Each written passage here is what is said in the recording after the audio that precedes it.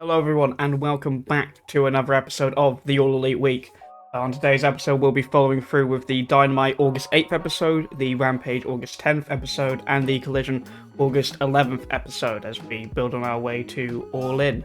So getting started, we have Dynamite. This show started out with Kyle Fletcher vs MJF as the opener in a, I believe this was the Eliminator match, I think. Might have been for the title, but I think this was the Eliminator one. Where essentially before the match starts rather, we have MJF coming down with his new sort of American anthem kind of theme. So much to the point where, as the announcer does the MJF thing as he's in the ring, an American flag comes down with MJF's face on it. Quite fun. Following this, the match starts. MJF grabs the mic immediately, runs out of the ring, and commands that Kyle Fletcher lock up like a real wrestler, which then gets back in the ring eventually. Kyle goes to lock up like MJF wanted.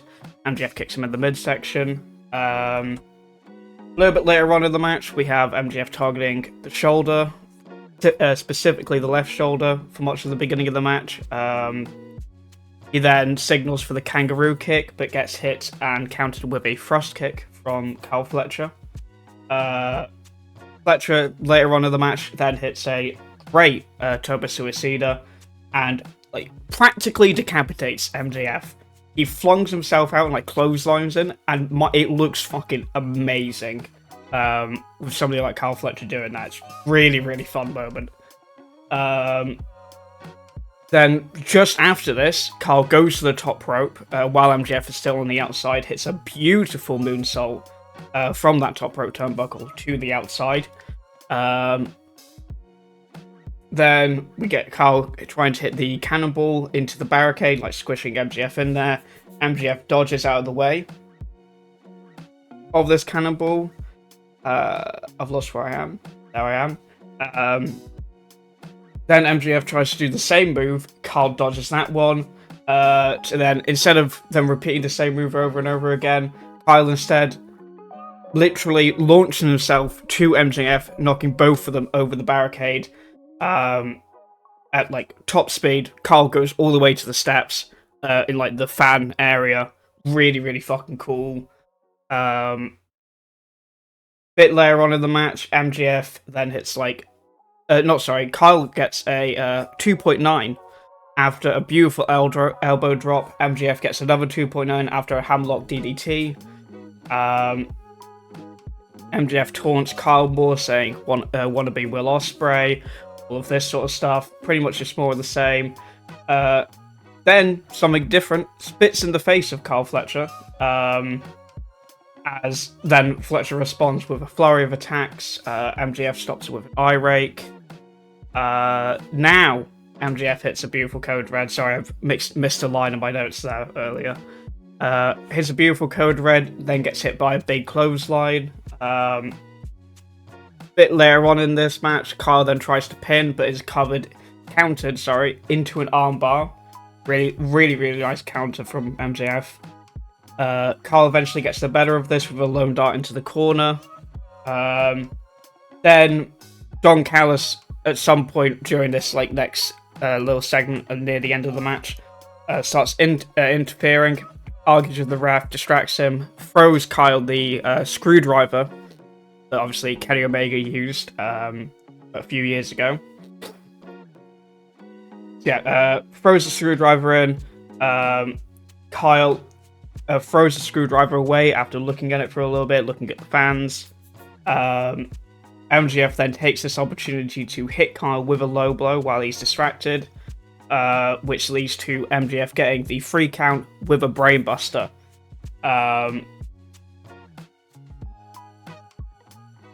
Basically, after this match, Ospreay runs down to the ring. MJF takes out the ref with the belt. Ospreay, runs. He cuts to backstage, and then Ospreay, you see him running towards the ring. MJF takes out the ref with the belt. Then waits for Kyle to get up, strikes him with the dynamite ring. Kyle starts bleeding. MJF calls for the Tiger Driver 91. at that point, then Ospreay runs out to the ring to save Kyle Fletcher. So then it's Ospreay and Don Callis standing over Kyle Fletcher's body that's just bleeding from the head at this point. There's a really funny thing from the crowd. You can just hear in the background, "Oh my god, they killed Kyle!" Made me and Noah, because I was watching it with him at the time, just fucking burst out laughing because it cut all the seriousness from the segment. It was amazing. Yeah, you pretty much have Ospreay standing over Kyle's bloody body, just pretty much demanding that a doctor, Doc Samson, come over and help him out. And that's how that segment ends. Then we move on to our next segment with Mariah May versus Viva Van. A match that I was looking forward to, because I've seen Viva Van in Tokyo Joshi Pro Wrestling. Unfortunately, it's pretty much a squash match, which sucks, but oh well. The match starts with both of them running straight at each other. Mariah hits a headbutt, then hits a great missile dropkick as well. These moves and opening is responded by the crowd with "We Want Tony" chants as Mariah stops and listens. Eventually, a bit later on into the match, Mariah hits a hip attack and then punches the top of the head. Then she does the Kiss of Death, as it's being coined now. I don't know if that's the actual name for this like sort of taunt thing, or if it's just what the commentators think. It pretty much does the kiss that she did when she betrayed what's her name, Toni Storm, by kissing the top of the head. But yeah, she does this to Viva Van just before hitting a running knee strike into a Mayday, and then into a final Storm Zero to get the 3 count. After the match, Mariah's handed a wrapped up gift from one of the producers, seemingly from Toni Storm. Pardon me, sorry. To show pretty much one side, it's a painting, one side of them hugging each other, and then the other saying, "Die, Mariah, die." Pretty much just like the Kurt Angle and Edge stuff with like the "You suck" and all of that sort of stuff.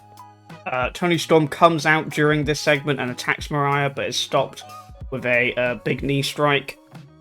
Mariah grabs the shoe, but Toni takes it and goes to attack ahead like Mariah did. But security and refs then come out, run to the ring, hold both of them back. They both break free and start brawling again, and then get held out each other again. Really, really fun segment, all in all. Pretty much just more build for the Wembley match, which is going to be fucking incredible. Cannot wait. Probably the best story AEW, definitely the best story AEW's got at the minute, but I think probably it's my favourite story of the year so far. We'll have to see how it blows off, but so far, really, really strong contender for story of the year. After this, we then get a backstage sort of vignette segment with Jack Perry, show it basically in front of a ton of CRTVs. In front of a ton of CRTVs with like stuff like the gasoline being poured in on one, the TNT Championship winners on others. Pretty much just cutting between different ones, saying everything has a price depending on what you're willing to sacrifice. Those that carry the future have the burden of destroying the past, as Perry smashes the TVs. It then ends with like the scapegoat symbol and also the goat head as well. Following this, we then get a Darby Allin promo, seemingly answering the vignette we just saw from Jack Perry, saying that Perry doesn't have to sacrifice anymore, doesn't have to show up anywhere, only that he has to show up for Wembley, to which point he'll lose his great burden, destroying the past. Next up, we then have a Brian Keith versus Katsuyori Shibata match with Jericho and Big Bill on commentary. Jericho comments about his broken hand and that Dave Meltzer gave it a 4-star. It's like a chop match that he had with Suzuki back on AEW Blood and Guts a couple of weeks ago. Honestly, great match. Really, really fun. Didn't think I'd be saying that for a Jericho match in 2024, but here we are. Shibata stomps both of Brian Keith's arms at some point in the match. Brian Keith then starts targeting Shibata's arm. pretty much just, they're both going for each other's arms since they've both injured each other's arms as well. That's sort of like the main kind of story of this match, essentially. Shibata starts no-selling Brian Keith, and then, quite fun, Shibata hits an Iron Claw into a Juju Gatami, and which gets him the win, which is really, really fucking cool looking. After this match, obviously Big Bill and Chris Jericho in commentary, so they're going to run down and attack Shibata. But the attack doesn't last long because Hook returns. Great. So glad to have him back. Looks great as well. It looks like he's beefed up a little bit. Hook returns, goes straight for Jericho as Keith runs away, and Hook sends Big Bill out of the ring. Joe, still nowhere to be seen. Assumingly, he's probably going to come back maybe next week, as they set up maybe a 3-on-3 match, or like Hook Jericho with all other 4 members there as well. I'm not sure how they're going to do it. But I assume it's going to happen. It might actually happen at All Out, now that I think about it.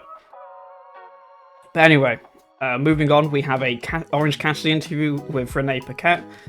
They were supposed to have a rematch tonight with, not tonight, on the Dynamite, with Roddy Strong, Roosh, and Mortos. The match that the conglomeration lost last week. But they can't do it with the conglomeration because members of the conglomeration, specifically Mark Briscoe and Tomohiro Ishii, supposedly are having travel issues. So Cassidy has found some local boys. We then have another interview with Renee Paquette, this time with Hangman Adam Page. Renee asks him about losing a lot recently in Blood and Guts, the Owen Hart tournament, and then Darby Allin. The match where Darby then will go on to face the champion at Grand Slam. Hangman says that it's always been about one thing and one man to burn down, and that justice delayed is justice denied. Seemingly just fully losing his mind about Swerve, still committed 100% to just taking down Swerve and burning down the house that he built. After this, we then get another interview segment with Jim Ross this time and Swerve Strickland.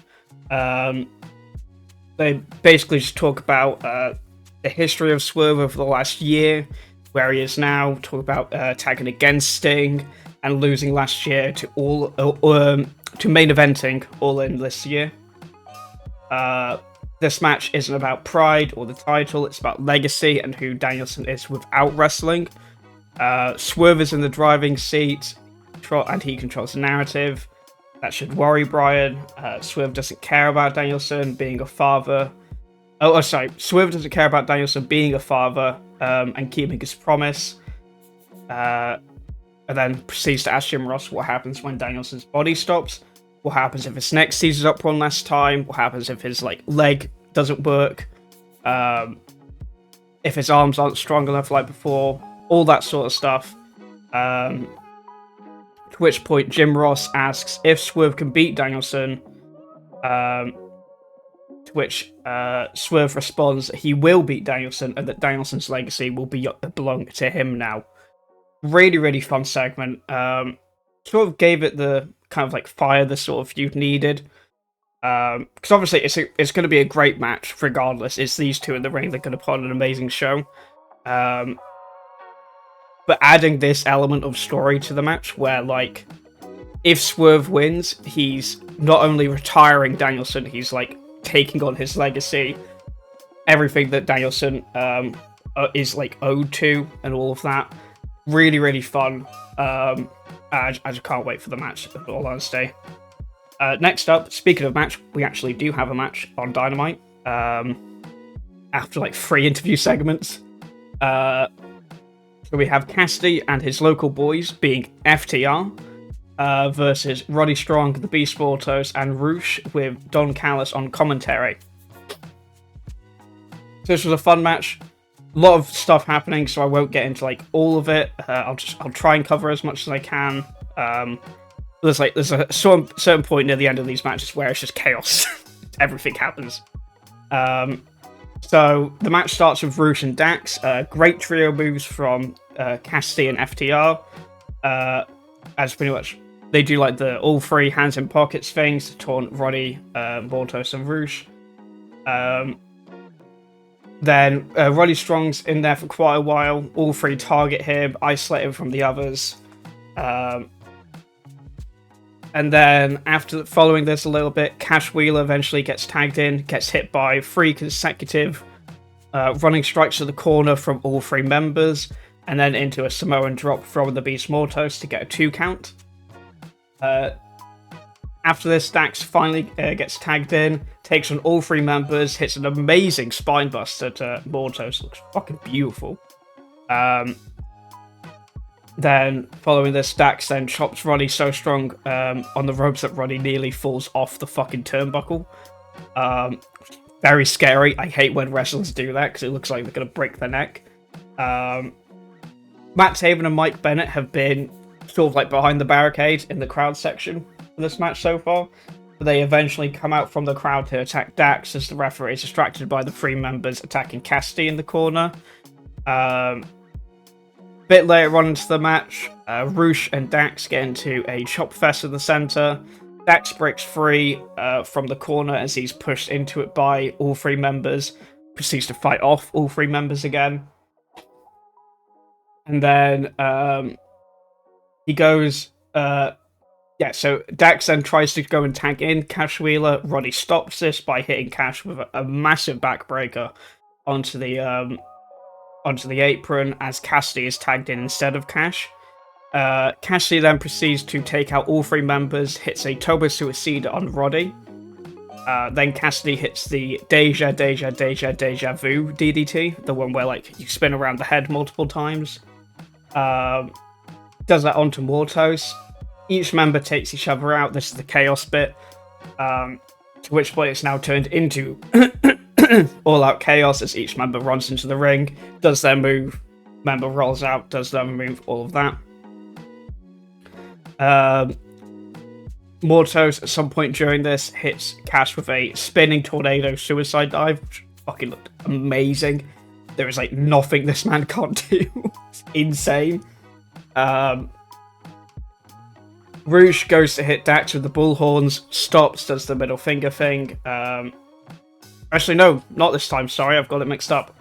That happens earlier on in the match. This one is the one that's stopped by an orange punch. But Roosh fights back and fights off Dax and Cash at this point then. Cash pins Roosh after an orange punch into a shatter machine to get them the win. The Acclaimed then come out to talk to FTR, but Cash's mic doesn't work. Dax says he's not as eloquent as the Acclaimed and tells them to break through the wall of security and attack each other out of the ring. Pretty much just setting up for their feud going into All In, decide which one will challenge the Young Bucks for the tag titles. After this segment, we then have a patriarchy promo backstage, talk about the House of Black and the Bang Bang Gang. Cage announces the Eliminator match for the Trios titles on Saturday Collision, and whoever wins will earn a title shot at All In. Cage calls for order and discipline between the tag teams and announces himself as special guest referee for the Eliminator match. We then have a hologram hype package, which leads into a Camille with Mercedes Moné versus Jasmine Howe and Clara Carter 2v1 match. Squash match, pretty much. Match starts with a big boot to Jasmine, then a big boot to Jasmine by Camille, and then big right hands to Clara. Camille gets the win with a massive body slam. I can't remember who it was to. Doesn't really matter. This segment is only here just to build up Camille as like a monster, essentially. We then have the Mercedes promo after saying that DMD isn't there, that she's going to win at Wembley. Talks about the DMD being the first woman signed, and that they say Britt's the first, but never the best. Tony Schiavone interrupts this segment, saying that Tony Khan has overruled the Elite with the suspension of Britt Baker, which is followed by a promo with Britt on the Titantron, saying that Mercedes isn't the future, that it's just a flavour of the month for her. Sorry, the Mercedes isn't the future, and that the title at AEW is just a flavor of the month for her. Sorry. DMD then says she's going to find a way to attack her next week, and that her time as champion is over 18 days at All In. Next up, we then have our main event for Dynamite, which is the Jeff Jarrett versus Bryan Danielson with Ricky the Dragon Steamboat on comms in a no rules match. So the match starts with Danielson coming out to the ring. Jeff Jarrett interrupts his entrance and attacks him with the guitar to the back at the stage entrance. As soon as they get into the ring, the match immediately leaves it again as they step out into the fans area. They go back and forth on top of the stairs as they go up into the stadium hallways. Jeff hits Danielson with a full bin, which sends it flying everywhere, as Danielson hits Jeff with a can repeatedly after. Then while in this stadium hall bit, Danielson hits the yes kicks as Jeff Jarrett goes for a low blow.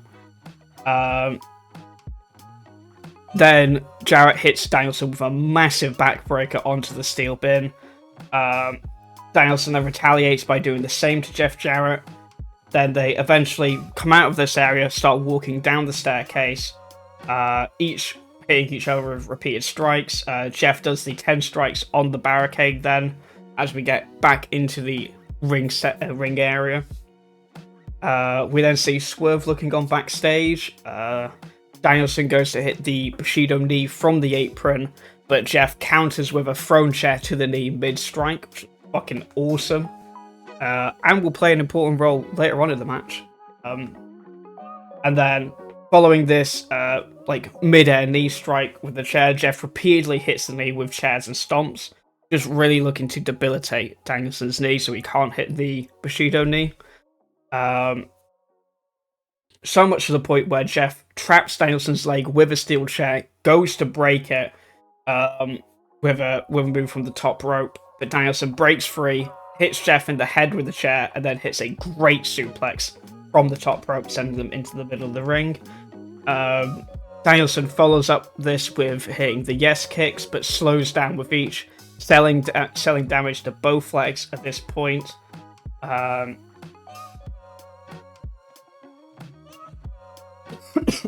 Sorry.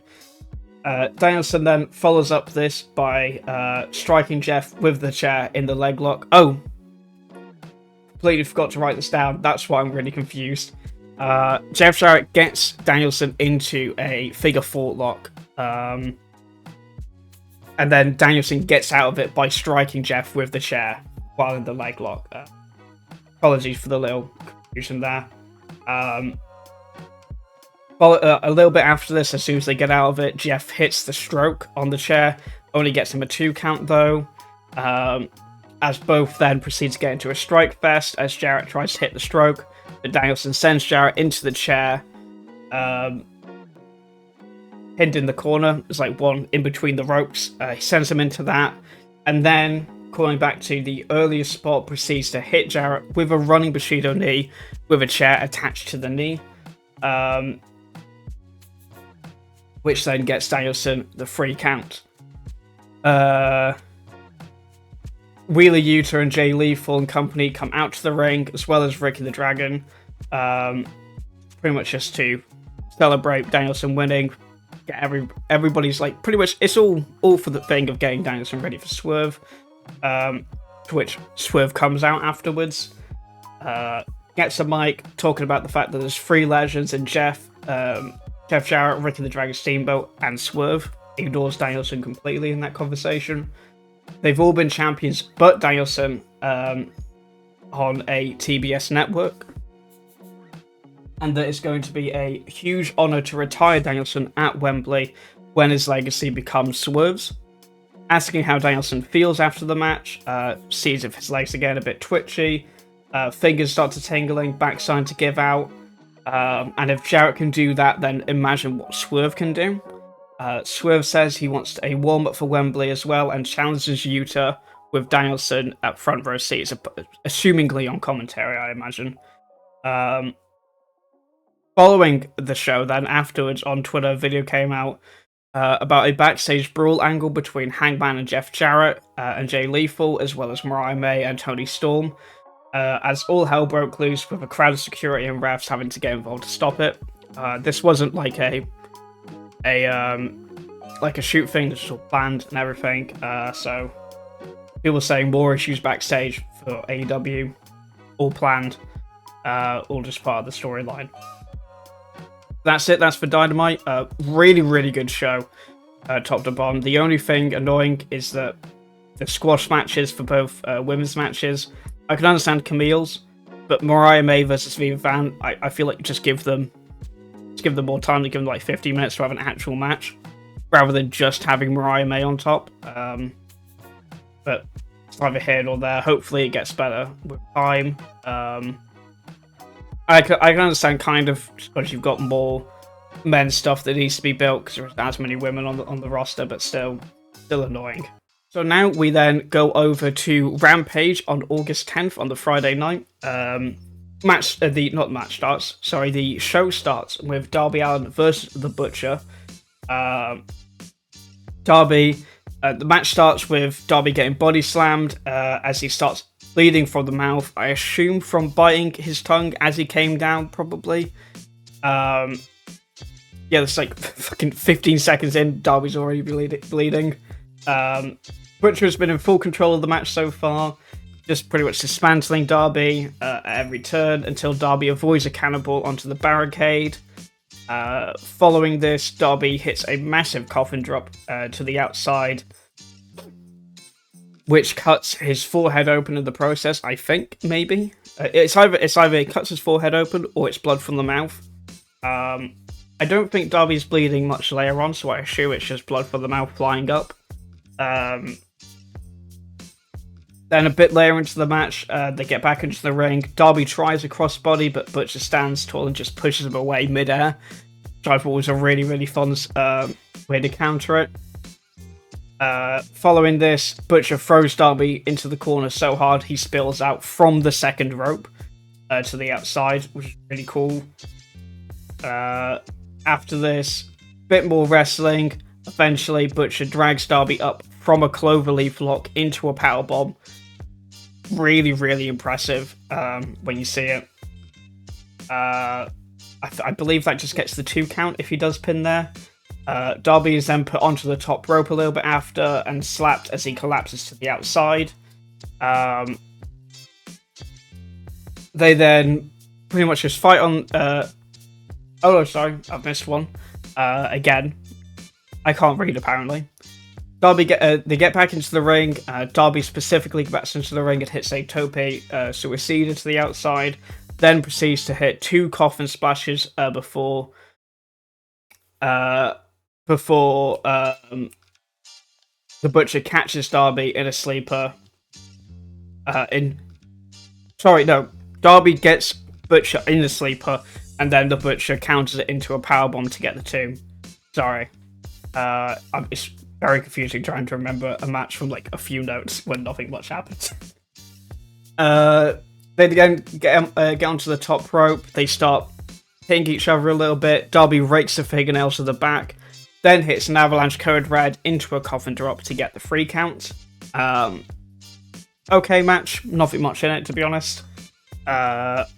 Following this, we then get a Roosh interview backstage after Dynamite, saying that Roosh isn't happy about Don Callis coming out to say why he lost while on commentary.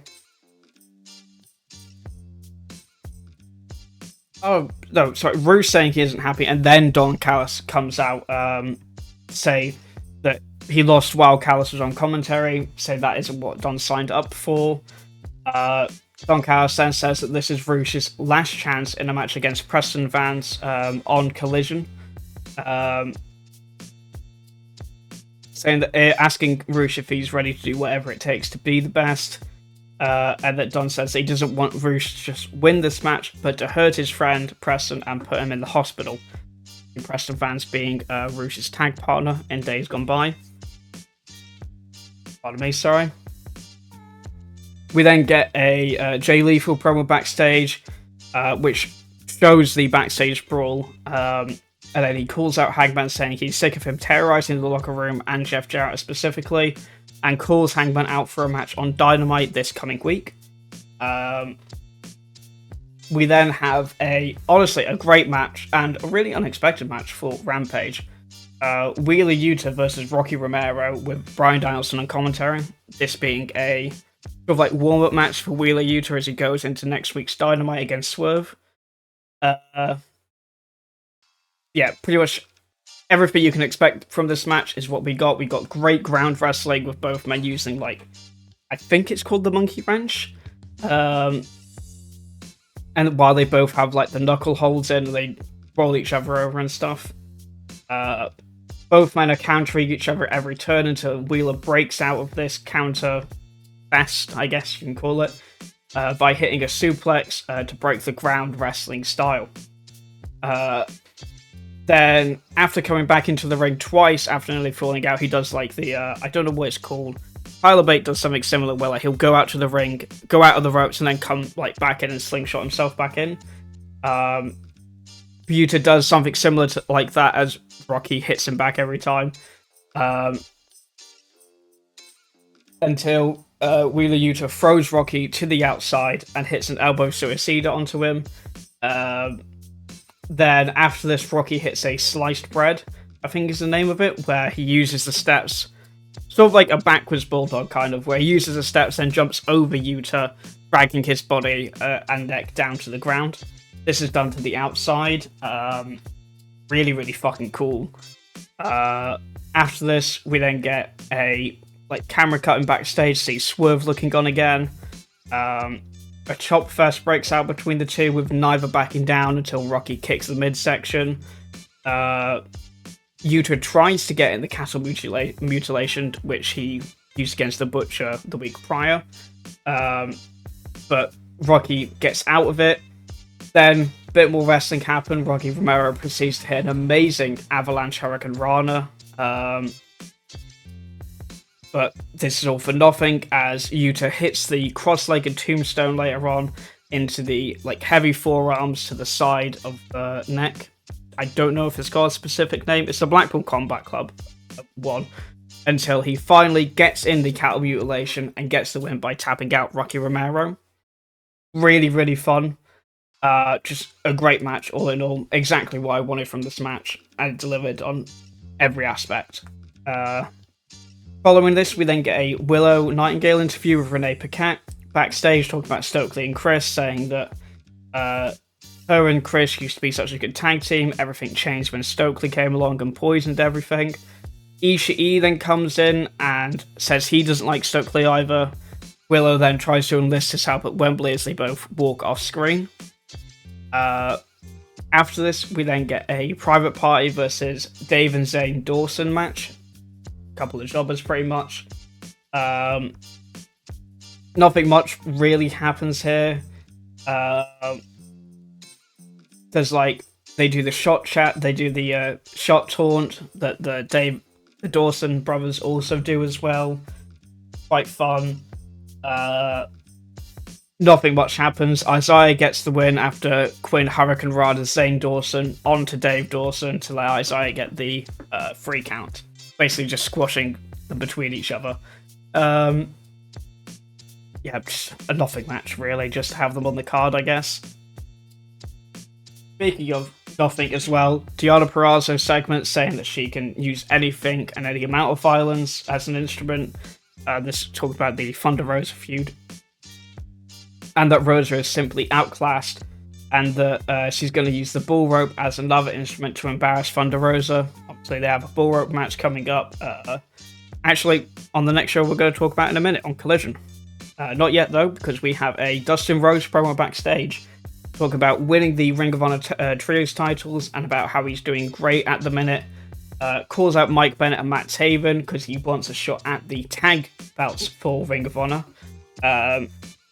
Pretty much all three eventually, yeah, Mike Bennett and Matt Taven come out to confront him as well. All three get closer until the segment eventually ends with a low blow to Dustin Rhodes from Mike Bennett.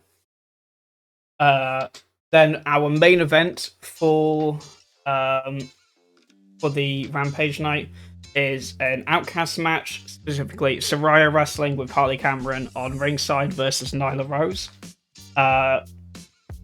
One quite fun thing, Nyla says the Gambit line, "Ooh, I'm about to make a name for myself here," to the camera while walking down, which I thought was really fun.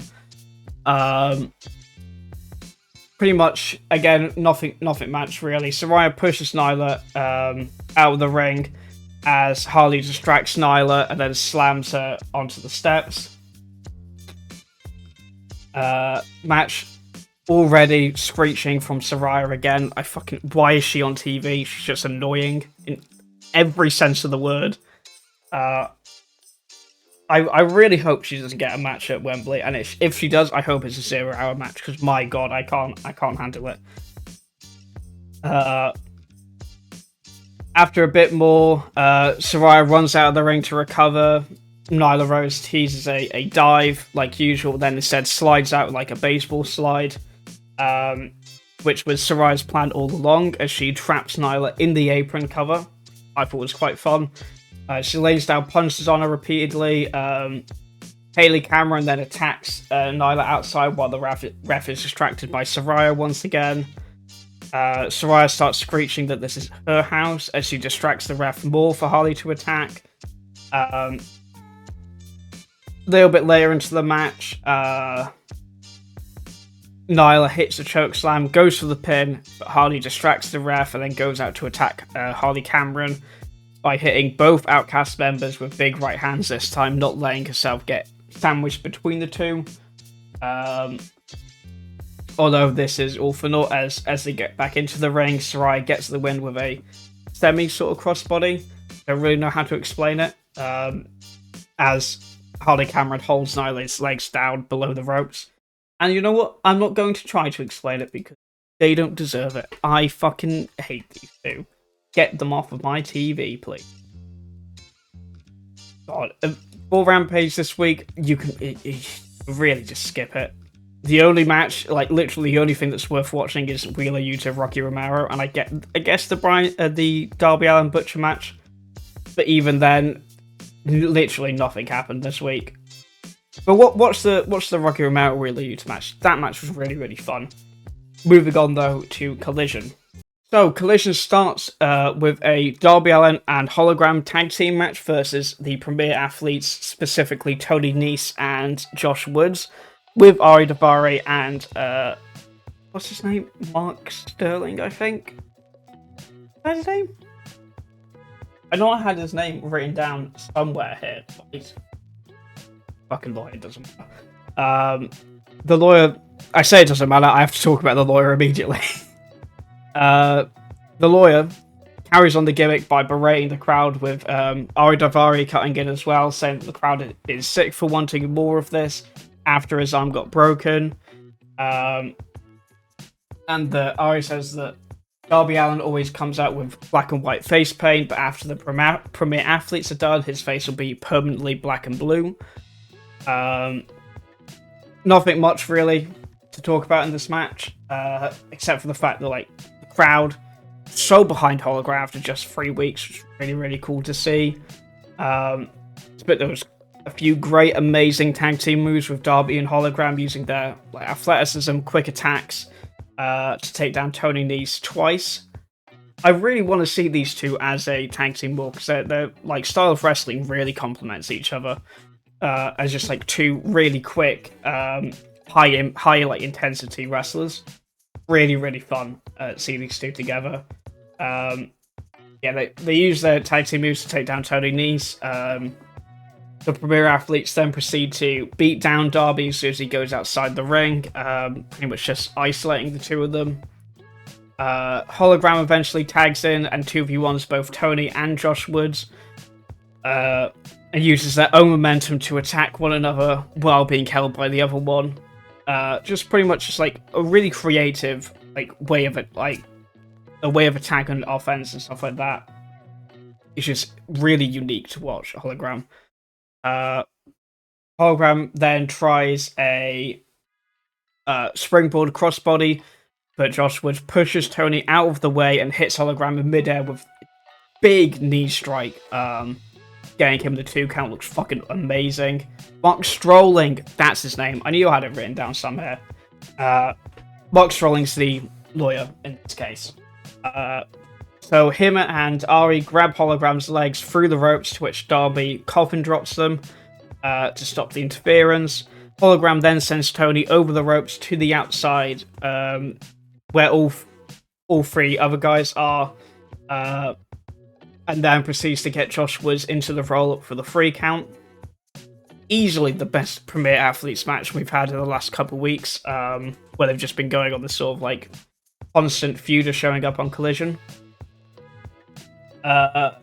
After this, we then get the Texas Bull Rope match with a Dusty Rhodes like sort of hype package building up the history of it. This specifically is a pinfall or submission Bull Rope match between Thunder Rosa and Deonna Purrazzo. So Thunder Rosa comes out dressed in the Texas colors and the Texas flag as well. Pardon me, sorry. They start wrestling a little bit, use the like bull rope to pull each other in and pull each other out. Purrazzo is the first one to strike with the cowbell, hitting Rosa across the head, splitting Rosa up as well right on the forehead in the process, as then she proceeds to hit Rosa a few more times with it. After this, Deonna Purrazzo then pulls out the metal turnbuckle she used to win in the Lumberjack match a few weeks prior, and also a few chairs from under the ring, throwing them into the ring, and a table afterwards as well. At this point, Thunder Rosa's gushing with blood, looks fucking awesome. Purrazzo sets up the table in the corner and chairs flat, like stacked on top of each other in the middle of the ring. Deonna Purrazzo tries to hurl Rosa into the chairs, but Rosa counters and throws Deonna from the top rope onto all 4 chairs instead. That gets her the 2 count. As she then launches Purrazzo into the corner, with like the chair locked in again, and hits a drop kick with the chair as well. It's fucking gnarly, horrible to take. Then Thunder Rosa starts to get on top of the match, covered in blood, as Purrazzo has also been busted open at this point from the same point of the forehead. Deonna gets Thunder Rosa into the Tree of Woe position, though, as like sort of like a counter to get her back on the momentum's side. She then hits Rosa in the stomach repeatedly with a chair, and then spears Rosa while she's in the Tree of Woe. Match then moves over to the table side of the ring, which is set up in the corner, where both women are trying to get the other through the table. Each one counters it. Deonna eventually hits a gut-style pile driver for the 2.9. Rosa is then put on the table and whipped with the rope and cowbell, which is fucking sick. Deonna, the table's like set up in normal position now, just in front of the turnbuckle, by the way. Deonna goes up to the top rope to try and break the table. Thunder Rosa counters this by getting off the table quickly enough, and then comes up and strikes her before she can jump. Then proceeds to hit a bulldog onto the table, which looks fucking amazing. Thunder Rosa then wins the match with a shoulder breaker pile driver to get the 3 count, and is easily the best match in their feud so far. Like this feud was so dead going into this, and now I'm fully back into it. Just let these two just fucking murder each other. They're so good at like hardcore matches like this. Really, really fun. I wish WWE did like let women bleed and let people bleed in general, but specifically let women bleed as well. Just it makes the feud so much better. Following the match, Rosa is breaking down in tears as she thanks the fans covered in blood in the ring. Literally, like, her whole face drenched at this point. But following this match, we then get an Outrunners promo in like an old school kind of 80s vignette style, saying that they take what they want when they want. Really, really fun vignette. I love this. I hope they do more with the Outrunners like this, where they just do like fully lean into the like sort of 80s sort of style of gimmick, which builds them up to the match they're going to have against FTR out next, where nothing match really again. Turbo poses as Dax points to the hard cam, since Turbo posed to the wrong side, which is quite fun because they're in the esports arena and hard cam is facing the ramp this time around. All 4 members in this match look like they're just having so much fun as well, which is great to see. As they pose for the fans doing their gimmicks, like Cash and Dax try to do the 80s style pose. Cash just looks out of place. They look like they're having fun though. At some point in the match, for some reason, I still don't know why this happened, Turbo Floyd kisses Dax's foot for some reason before getting kicked by Dax. I don't really know why that happened. But then Dax starts 2v1ing the Outrunners when he's tagged in, taking down both members with massive right hands, 5 massive suplexes as well, and then a pile driver to Turbo to finish it off.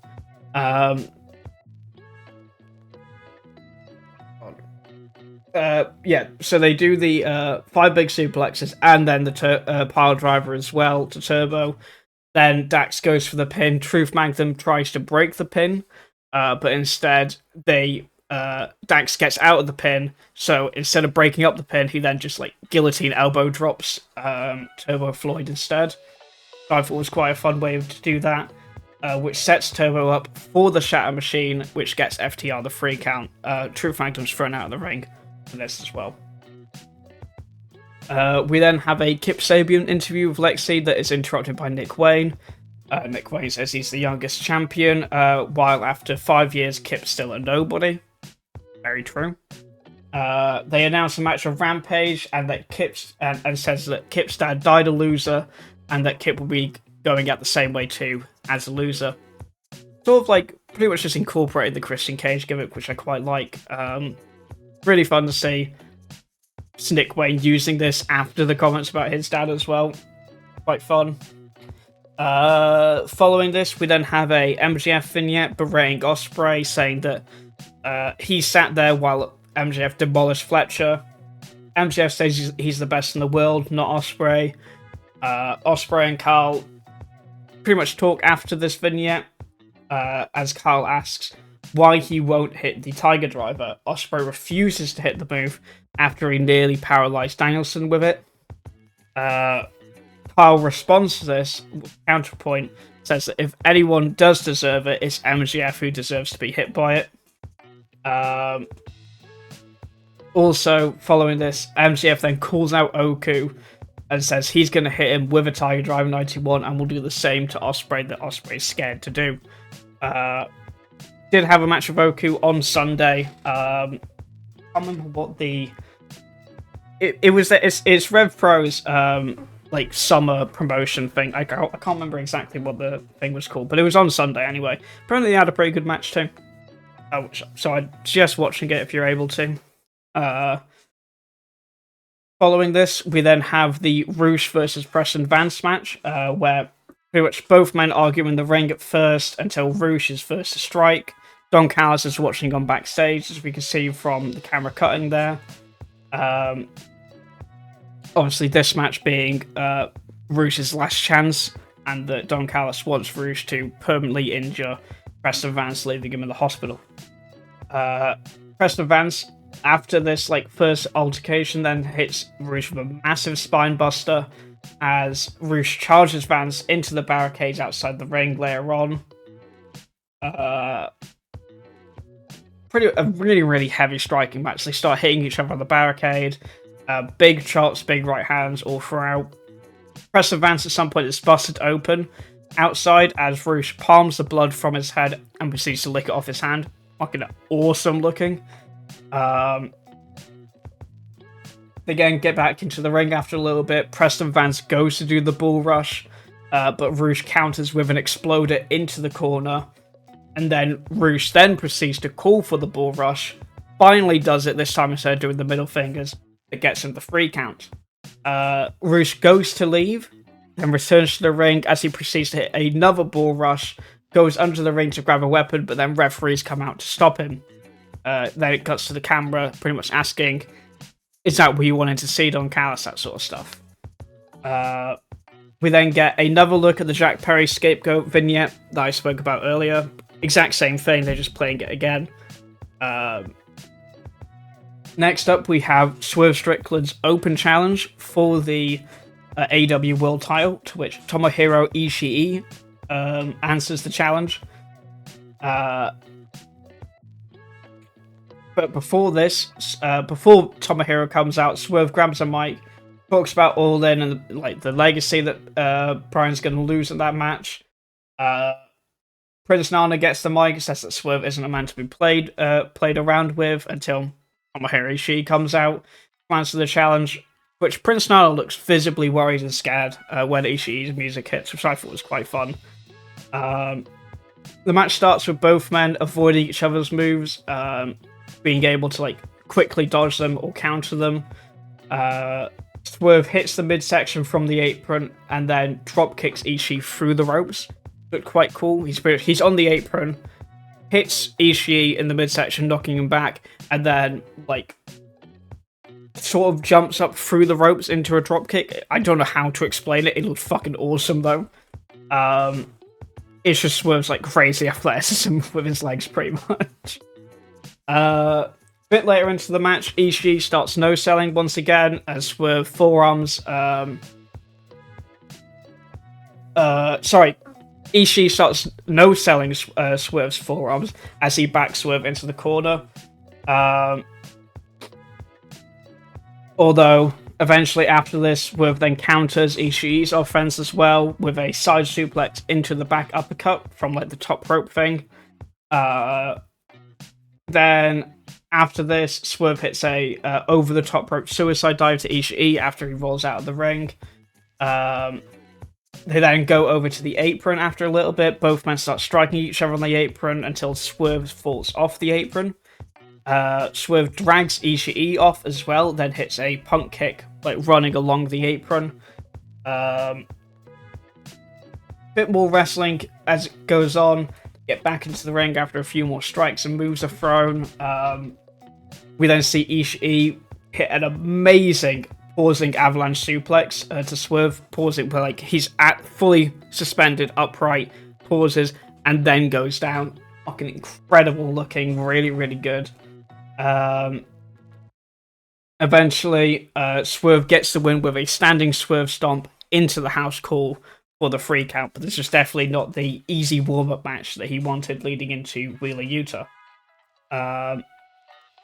So, following this, we then have a Claudio promo backstage talking about the Continental title and how he wants to take it before this Continental Classic arrives this year, after summer, I believe is when it would be coming up, sort of October time. And decides that the match for the title should be held at the first European Dynamite to ever take place. That will be in Cardiff before All In. It's fucking amazing, because I get to see this match live, and I cannot wait. This is going to be such a good match. Oh, I'm so excited for this. It's going to be really, really fun. Following this, we then have a Lexi interview with Chris and Stokely in the ring. Lexi asks about Willow and the feud, and then brings up the Willow interview with Renee. To which Stokely pretty much just says something. I can't really remember. Not important really. Lexi announces the challenge of Tomohiro Ishii and Willow versus Chris and Stokely for 0 Hour All In. Stokely starts complaining and stuff. Chris grabs the mic before he can say anything else and says that they accept the challenge while cutting off Stokely halfway through. Stokely looks visibly worried and upset at this. I can't wait to see Ishii suplex Stokely through a ladder. It's gonna be fucking sick. After this, we then have a top flight promo with top flight interview. With Lexi. With Maximum Male Models as well. They pretty much say, Lexi asks, Maximum Male Models aren't here? To which Top Flight says, yes they are, they're right there. Cuts to them rising slowly up from out of camera into shot, which is quite fun. Mansoor talks and Mace adds a quip after every time. They then say if Helen Keller asks if Helen Keller is their barber. Manswar says that they would fight, but he broke a nail and he's not cosmetically cleared. And then after that, Leah Rush comes out saying it's Maxwell Men Models versus Top Flight on Collision next week, to which Marseille says they need to get out of here, as they both slowly descend off camera in the same way that they came on camera. But I love these two so much. They had so much personality to the tag division, and they're just great. They're pretty good in the ring as well. So, all in all, so happy that they're here. We then get a squash match with Hikaru Shida versus Alea James, where Shida wins. I have no notes for it. I don't even know what the finish was. It was just literally like a 2-minute match. We then have a Danielson interview with Jim Ross, similar to the Swerve one we had earlier on, where Danielson talks about the honor of signing the contract 24 years ago with Jim Ross. JR then asks about his body failing him and what he thinks about it. Danielson thinks about his neck and concussions and how aware he has to be of them now, while also thinking about all the stuff that his body has been through that other bodies have failed to go through completely, and that it has served him so much good, which is very true. And that the odds are that Bryan needs neck surgery before the end of the year. That's the way it's looking at the minute. JR proceeds to ask if Bryan Danielson is ready to do what it takes to win the match. To which Danielson responds saying that all 4 championship matches he's had prior, he's thought he's ready, he fails every time, but he learns while failing. And he says that this is the best mentally he's ever been in his career, and that will be what pulls him through to the finish line. Really, these interviews with JR have really, really helped the feud a lot. It's added sort of like another layer to the match, and especially with Danielson revealing that he's going to need neck surgery by the end of the year as well. Obviously, hope everything goes well. Hope the match goes well for it as well. After this, we then have a Hikaru Shida interview with Lexi. Last time they spoke, she called out Britt Baker, but Britt won. Shida needs real competition to go back to Wembley. Shida calls out Mercedes, says she's the best and longest reigning women's champion and the ace of the women's division. And then Shida demands the TBS title on Wednesday, Dynamite, and the match is then made up for this coming week. Be a really fun match, hopefully. Following this, we then have the House of Black versus Bang Bang Gang Eliminator match with Christian Cage as the special guest referee. During the House of Black entrance as well, Tony Schiavone pays his respects to the very sadly passed Kevin Sullivan, the Taskmaster, who passed away sadly this week. All respects to his family and friends. Hope it's easy. Not easy, but like, hope it isn't. Or hope everything goes well for them, what I'm trying to say. Anyway, moving on to the match, we have Christian wearing a turtleneck referee shirt, which I thought was really, really fun. Eventually, all members get into the ring, but Cage has to step between them to get them to back off. There's a lot of stuff that happens in this match, like the other one, so I'm sorry if I miss a few things or if it's a bit confusing. These 3-on-3 matches usually are quite confusing to talk about, but I'll try my best anyway. So, Buddy Matthews is on the top rope eventually, but gets flung off the top rope to the barricade all the way outside. As Austin Gunn then goes out of the ring to then hit him against the other barricade on the opposite side. They then get onto the apron where Buddy Matthews 1v3 all members of the Bang Bang Gang on the apron with 2 massive punt kicks.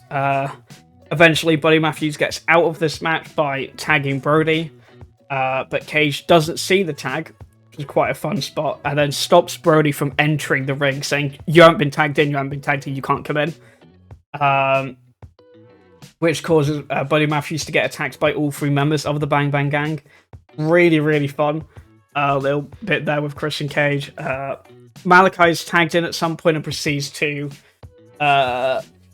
demolish the Bang Bang Gang with great kicks and from the top rope moves, pretty much using his Muay Thai boxing. A little bit later on into the match, Buddy Matthews holds open the ropes for Brody to suicide dive between them and take out all 3 members of the Bang Bang Gang. Fucking incredible suicide dive. Looks so sick on Brody King. Really, really fun. Buddy Matthews flings Juice Robinson into the barricade, and the crowd call for one more time, to which Matthews obliges by lining up the guns on 2 chairs on the barricade and Juice Robinson on top of them as well, which allows for Brody King to just sandwich crossbody all 3 against the barricade as they all spill out onto the floor.